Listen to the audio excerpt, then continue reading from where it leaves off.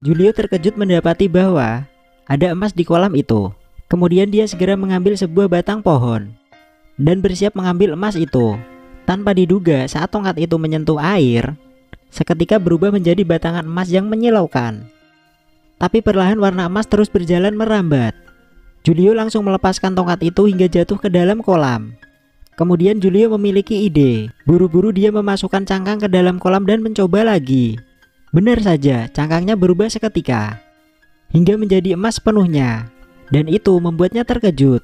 Lalu Julio mengangkat dengan cepat untuk memeriksanya. Ada keserakahan dan kegembiraan di mata Julio. Tiba-tiba ide yang kuat langsung muncul di benaknya. Tapi dia tidak tahu, jalanan di sisi lain sudah diselimuti dengan emas. Dan setelah melihatnya membentuk aliran emas, Julio tidak berani mempercayai apa yang dilihatnya. Dengan cepat dia mengambil seluruh emas di lantai karena takut kehilangan setiap keping emas. Ketika Julio begitu sibuk mengambil emas itu, cahaya menyilaukan tiba-tiba berkelebat di kejauhan. Dan itu sangat menarik perhatiannya. Tanpa sadar, Julio meletakkan emas di tangannya. Tapi ternyata ada tengkorak di depannya. Julio terkejut dan takut. Tetapi keserakahan itu menutup rasa takutnya dalam sekejap. Dengan cepat dia melepaskan gelang emas di tangan tengkorak itu dan memakainya. Dan tanpa menunda sedikit pun, dia langsung mengambil emas itu lagi. Tanpa diduga, ketika dia sedang sibuk dengan emas itu, kotak emas yang ada di belakangnya tiba-tiba mengeluarkan asap. Dan tampaknya beberapa monster akan memecahkan cangkangnya. Akibatnya, ketika kedua rekannya datang, mereka hanya melihat sepatu rusak yang telah terbakar. Jason merasa ada sesuatu yang salah. Dia menduga bahwa Julio mungkin telah dibunuh. Lalu dia melihat pakaian yang mengeluarkan asap putih, membuat kedua orang itu benar-benar panik. Karena itu, mereka pun segera memanggil rekan-rekannya yang lain. Dan mereka bersiap berlayar keluar dari tempat itu. Tapi yang aneh adalah, meskipun orang-orang telah mencoba yang terbaik, tapi kapal tidak bisa meluncur setengah langkah pun. Dan ternyata ada seekor naga raksasa yang berdiri di atas layar. Itu membuat kapal tidak bisa bergerak maju. Orang-orang menoleh ke atas. Mereka langsung ketakutan setengah mati. Kapten dengan cepat memerintahkan untuk melakukan serangan sengit.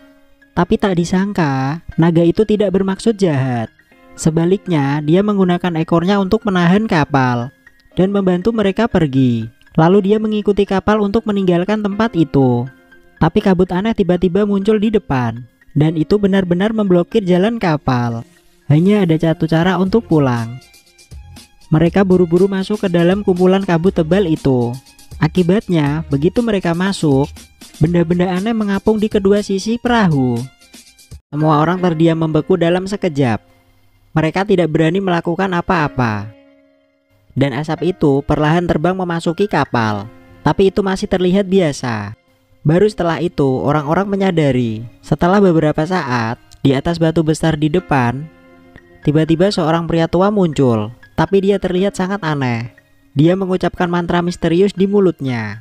Kemudian naga raksasa dengan cepat menangkapnya, lalu membawanya pergi dan menurunkannya di tengah kapal. Tapi orang tua itu segera menjadi sangat gila. Dia berdiri dalam posisi siap untuk bertarung. Dia juga terus mengancam orang-orang agar tidak mendekat, seolah-olah dia ketakutan. Untungnya, setelah kesabaran orang-orang di kapal membuat ketakutan orang tua itu perlahan hilang dan mulai tenang. Tapi ketika dia hendak menceritakan apa yang terjadi padanya, monster raksasa tiba-tiba muncul di atas air, langsung menghantam kapal hingga bergoyang.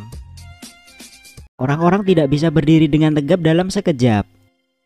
Dan pada saat ini, monster air juga menunjukkan tubuh aslinya. Tiba-tiba dia membuka mulutnya dan mengeluarkan raungan naga. Orang-orang menjadi ketakutan. Melihat bahwa mereka akan ditelan, naga satu lagi melangkah maju pada waktunya, meluncurkan serangan sengit langsung pada monster air itu. Para kru kapal juga ikut ambil bagian. Mereka membantu naga itu dengan menyerang monster laut itu. Pertarungan yang sangat melelahkan dan menguras banyak waktu. Tapi setelah pertempuran sengit itu, perbedaan kekuatan antara kedua belah pihak jelas terlihat. Naga segera jatuh ke posisi yang kurang menguntungkan dan dilempar ke atas batu. Nyawanya dipertaruhkan kali ini, tapi untuk melindungi semua orang di kapal, dia masih berjuang untuk mengangkat kepalanya dan mencoba yang terbaik untuk menyemburkan bola api terakhir.